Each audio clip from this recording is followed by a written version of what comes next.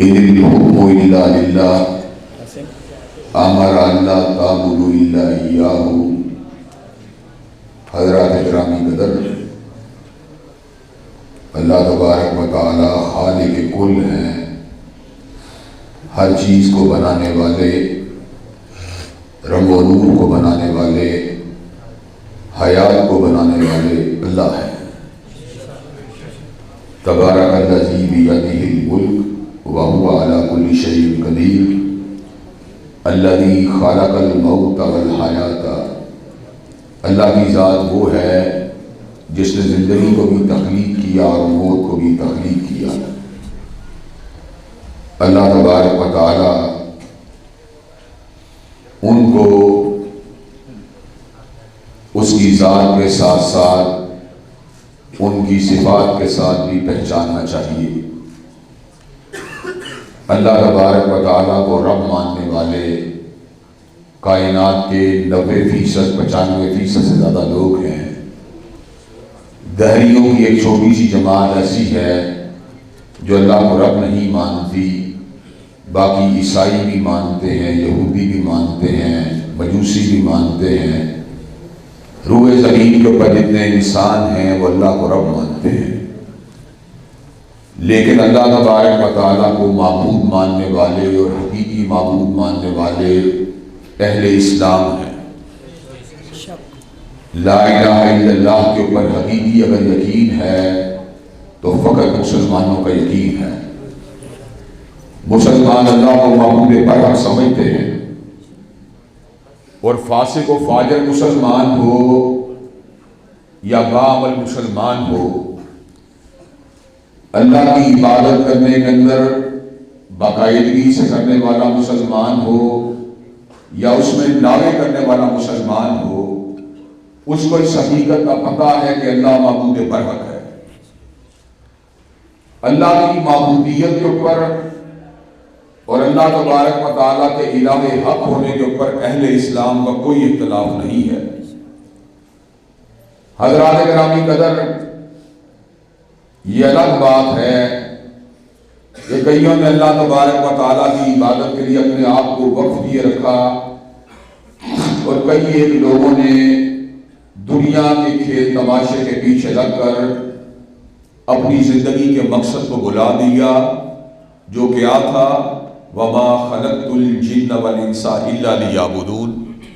ہم اس زمین کے اوپر کھیل تماشا کرنے کے لیے نہیں آئے، بلکہ اللہ تبارک و تعالیٰ نے ہمیں اپنی بندگی اور اپنی عبادت کے لیے بھیجا ہے۔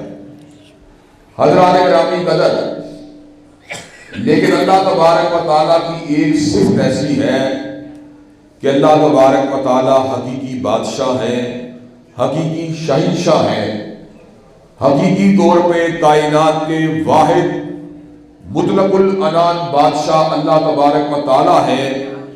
اس بات کے حوالے سے اہل اسلام کے اندر بھی شعور کی کمی نظر آتی ہے۔ اللہ نے اپنی ان تینوں صفات کا ذکر سورہ ناس میں کیا۔ اللہ نے اپنے رب ہونے کا ذکر کیا، اپنے معبود ہونے کا ذکر کیا، اپنے بادشاہ ہونے کا ذکر کیا، لیکن حضرات گرامی قدر یہ دکھ اور تعصب کا مقام ہے، اور اصل میں آپ کی توجہ میں اس سمت مبذول کروانا چاہتا ہوں کہ اللہ کا حکم حقیقی معنوں میں کائنات کے ذرے ذرے کے اوپر چل رہا ہے۔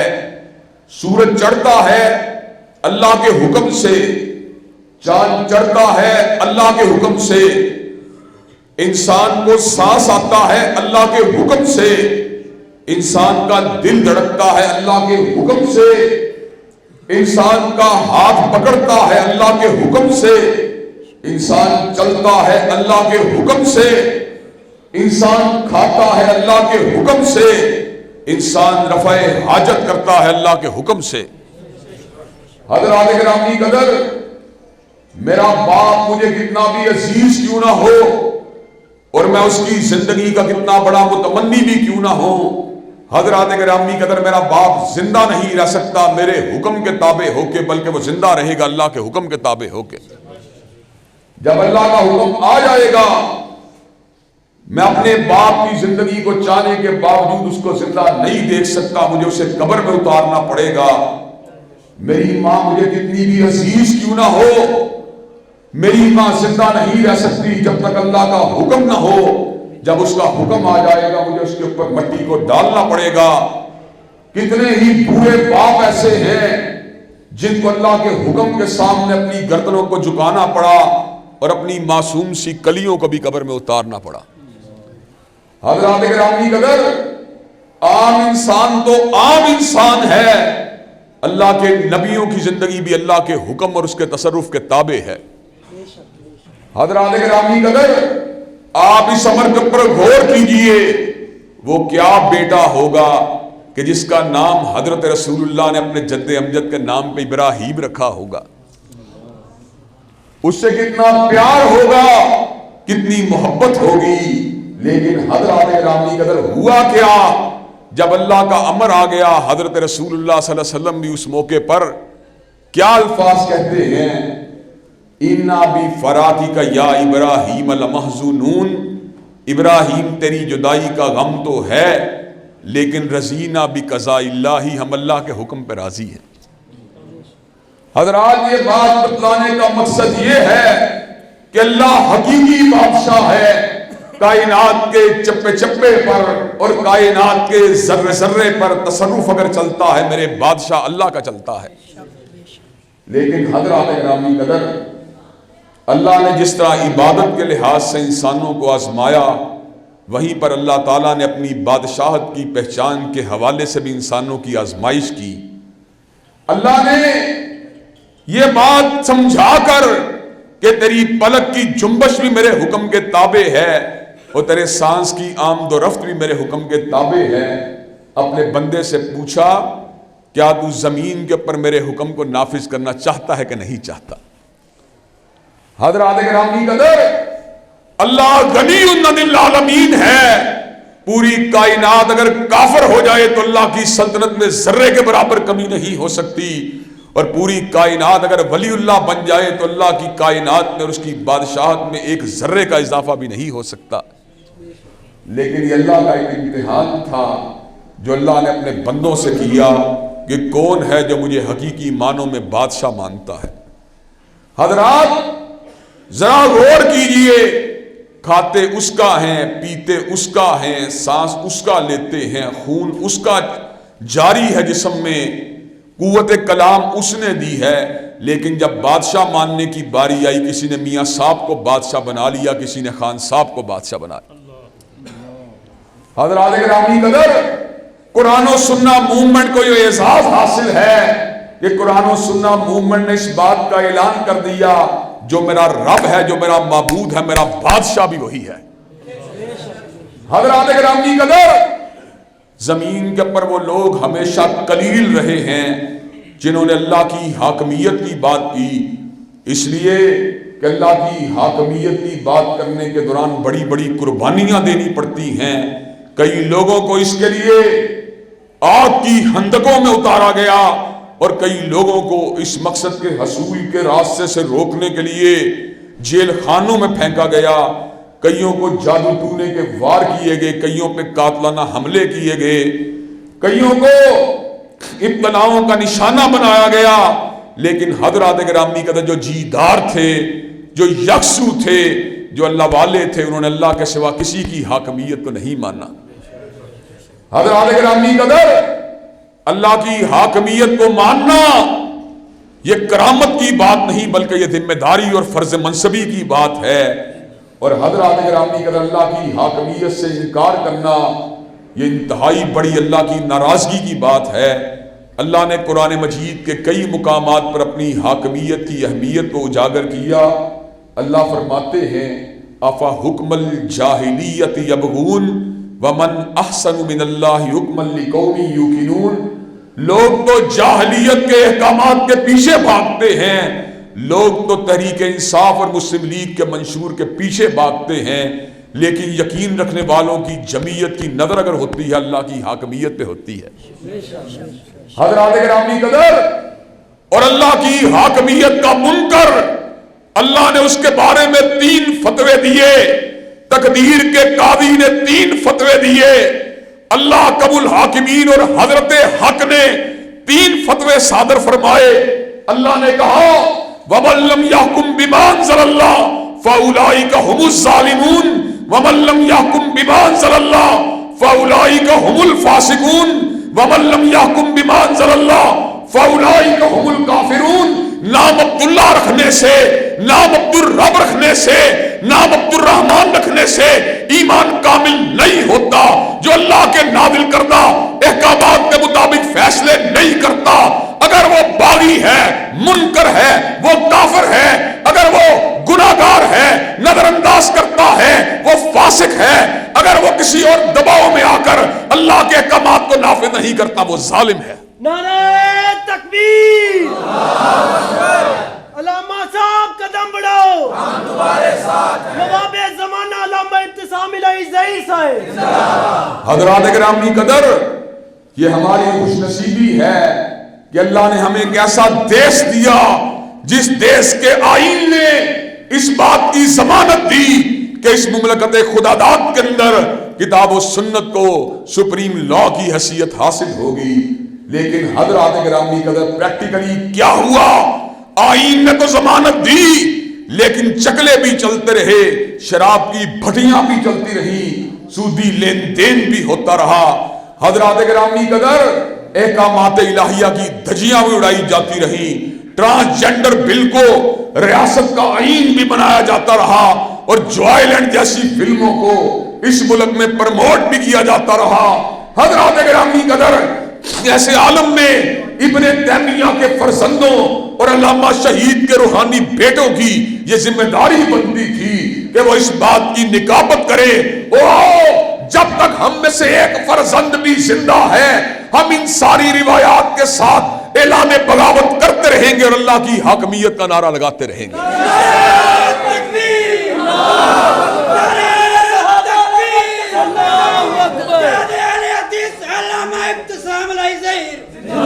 جب تک سورج چاند رہے گا، جب تک سورج چاند رہے گا، جب تک سورج چاند رہے گا، قائد اہل حدیث علامہ ابتسام الہی ظہیر، قائد اہل حدیث۔ حضرات گرامی قدر، اللہ کی حاکمیت کے حصول کے لیے اگرچہ کئی راستے ہیں، اگر ہم اللہ کی حاکمیت کے حصول کے لیے کٹ جائیں، مر جائیں، تو اللہ کی قسم پھر بھی یہ حق ادا نہیں ہو سکتا۔ لیکن لا یکلف اللہ نفسا الا وسعها کے تحت ہم اپنی قوم کو اطلاع کے راستے پہ نہیں لے کے جانا چاہتے، اور ہم اپنے گھروں کے اندر موجود نوجوان، بوڑھے، بیٹیوں اور بہنوں کو کسی آزمائش سے دوچار کرنا نہیں چاہتے۔ اللہ کے فضل و کرم سے ہم نے دستوری راستے کو اختیار کیا اور اس بات کا پیغام دیا، گولیوں کو چلائے بغیر، پتھروں کو گرائے بغیر، سنگینوں کو چلائے بغیر، اور اللہ کے فضل و کرم سے ریاستی اداروں سے ٹکرائے بغیر ہم دلیل کی طاقت کے ساتھ، برہان کی طاقت کے ساتھ، علم کی طاقت کے ساتھ، آگہی کی طاقت کے ساتھ، اور انشاءاللہ ووٹ کی طاقت کے ساتھ مسلم لیگ، تحریک انصاف اور پیپل پارٹی سے ٹکرا کے چھوڑیں گے، اور اسلام آباد کے ایوانوں کے اوپر نفاذ اسلام کا پرچم لگا کے چھوڑیں گے۔ علامہ صاحب قدم بڑھائے، ہم تمہارے ساتھ ہیں۔ علامہ صاحب قدم بڑھائے، ہم تمہارے ساتھ ہیں۔ حضرات گرامی قدر، میری سوچ سے انقلاب آئے گا، میری سوچ سے انقلاب آئے گا، میری سوچ سے انقلاب آئے گا۔ بکنے والا نہ بکنے والا، نہ بکنے والا نہ بکنے والا، نہ بکنے والا نہ بکنے والا، علامہ تیرے جان نثار، بے شمار بے شمار، تیرے جان نثار، بے شمار بے شمار، بڑھاؤ ہم تمہارے ساتھ ہیں، قدم بڑھاؤ ہم تمہارے ساتھ۔ حضرات گرامی قدر، تحریک انصاف کے ساتھ لاکھوں لوگ ہیں اور مسلم لیگ کے ساتھ لاکھوں لوگ ہیں، اور ہماری جماعت قلیل جماعت ہے، لیکن ہمارا عقیدہ ہے کم من فیعۃ قلیلۃ غلبت فیعۃ کثیرۃ باذن اللہ واللہ مع الصابرین۔ اگر اللہ چاہے تو مسلم لیگ کا سورج ڈوب جائے گا، تحریک انصاف کا سورج ڈوب جائے گا، پیپل پارٹی کا سورج ڈوب جائے گا، پرچم لہرائے گا، یا رب کے قرآن کا لہرائے گا، یا کملی والے کے فرمان کا لہرائے گا۔ حضرات گرامی قدر، ٹھیک ہے ہم قلیل ہیں، لیکن قلیل ہونے کے باوجود حق پرستوں کی جمعیت ہیں، اور آپ کو یہ بات بتلانا چاہتے ہیں، حق پرستی لشکر کثیر کو طلب نہیں کرتی۔ اللہ نے کہا ہے قل انما اعظکم بواحدہ ان تقوموا للہ مثنی وفرادا، اللہ کے لیے کھڑے ہو جاؤ، اگر زیادہ بندے نہیں ملتے دو دو کر کے کھڑے ہو جاؤ، اگر دو دو بھی نہیں ملتے اکیلے اکیلے کھڑے ہو جاؤ۔ حضرات گرامی قدر، اس کا مطلب یہ ہے اللہ کی حاکمیت کے قیام کے لیے اگر ہمیں اکیلے بھی کھڑا ہونا چاہیے تو ہمیں میاں صاحب کے سرمایے کو نہیں دیکھنا چاہیے، خان صاحب کے گلیمر کو نہیں دیکھنا چاہیے، نظر اگر ہماری ہونی چاہیے یا رب کے قرآن پہ ہونی چاہیے، یا کملی والے کے فرمان پہ ہونی چاہیے۔ حضرات گرامی قدر، اگر اس جذبے کے ساتھ ہم میدان عمل میں اتر آئیں گے تو رب قدیر کی قسم ہے دنیا کی کوئی طاقت ہمارا مقابلہ کرنے کی جرت نہیں کر سکتی۔ حضرات گرامی قدر، ہم نے اس معاشرے کے اندر منکرات کے خاتمے کی بات کی ہے، فحاشی کے انسداد کی بات کی ہے، ظلم کے خاتمے کی بات کی ہے، مظلوم کی حمایت کی بات کی ہے، اور کس بنیاد کے اوپر کی ہے؟ اپنے رب کے اوپر توکل کرتے ہوئے کی ہے، مصطفیٰ کی نوکری کو اختیار کرتے ہوئے کی ہے۔ اور حضرات گرامی قدر، قرآن و سنہ موومنٹ کا منشور اخوت کا منشور ہے، باہمی پیار اور محبت اور الفت کا منشور ہے۔ اسی لیے اللہ تبارک و تعالیٰ کے فضل و کرم سے سرزمین پاکستان کے کسی ایک کنارے کے اوپر، کسی ایک مقام کے اوپر کسی بھی مسلمان پہ ظلم ہوتا ہے تو اللہ کے فضل و کرم سب سے پہلے اس کا محاسبہ کرنے کے لیے قرآن و سنہ موومنٹ وہاں پر موجود ہوتی ہے۔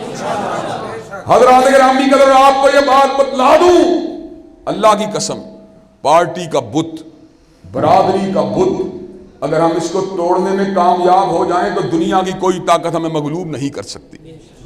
حضرات، میں آپ کو فارمولہ بتلاتا ہوں، جس فارمولے نے حضرات صحابہ کرام رضوان اللہ علیہ مجمعین کو دنیا پہ غالب فرما دیا۔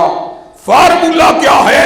وَمَن يَتَوَلَّ اللَّهَ وَرَسُولَهُ وَالَّذِينَ آمَنُوا فَإِنَّ حزب اللہ ہم الغالبون، جو اللہ سے پیار کرتا ہے، جو رسول اللہ سے پیار کرتا ہے، جو اہل ایمان سے پیار کرتا ہے، پھر اللہ کی جماعت غالب آ کے رہے گی، اللہ کی جماعت غالب آ کے رہے گی، اللہ کی جماعت غالب آ کے رہے گی انشاءاللہ۔ پیار کریں گے نہ پیٹ کی وجہ سے، پیار کریں گے نہ مفاد کی وجہ سے، پیار کریں گے نہ جھڑے کی وجہ سے، پیار کریں گے نہ علاقے کی وجہ سے، پیار کریں گے رب قدیر کے غلاموں کے ساتھ کریں گے، حضرت مصطفیٰ کے نوکروں کے ساتھ کریں گے۔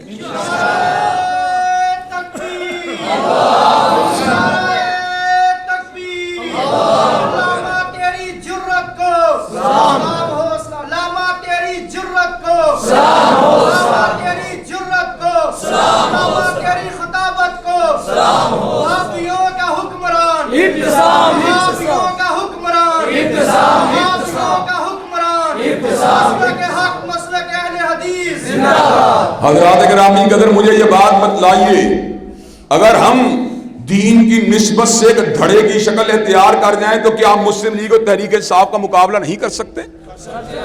تو حضرات گرامی قدر، مجھے یہ بات بتلائیے، اس دور پرآشوب میں اِذِ الْحُکْمُ إِلَّا لِلَّهِ أَلَا لَهُ الْخَلْقُ وَالْأَمْرُ، اس نعرہ رستا حیث کو پاکستان کی فضاؤں میں لہرانے کے لیے، سیدنا مصطفیٰ کے نظام کو پاکستان کا مقدر بنانے کے لیے کیا آپ پورا من دستوری جدوجہد کرنے کے لیے تیار ہیں انشاءاللہ؟ کیا آپ قرآن و سنہ موومنٹ کے ہمقدم ہونے کے لیے تیار ہیں انشاءاللہ؟ کیا آپ کندھے سے کندھا ملانے کے لیے تیار ہیں انشاءاللہ؟ کیا آپ قرآن و سنہ موومنٹ کے نمائندگان اور ان کے حمایت یافتہ امیدواروں کو ووٹ دینے کے لیے تیار ہیں انشاءاللہ؟ کیا آپ اس ملک کے اندر سرمایہ دارانہ اور جاگیر دارانہ نظام کی فساد کو لٹنے کے لیے تیار ہیں انشاءاللہ؟ تیرا ایک اشارہ، تیرا ایک اشارہ، انقلاب انقلاب، نہ جھکنے والا، نہ جھکنے والا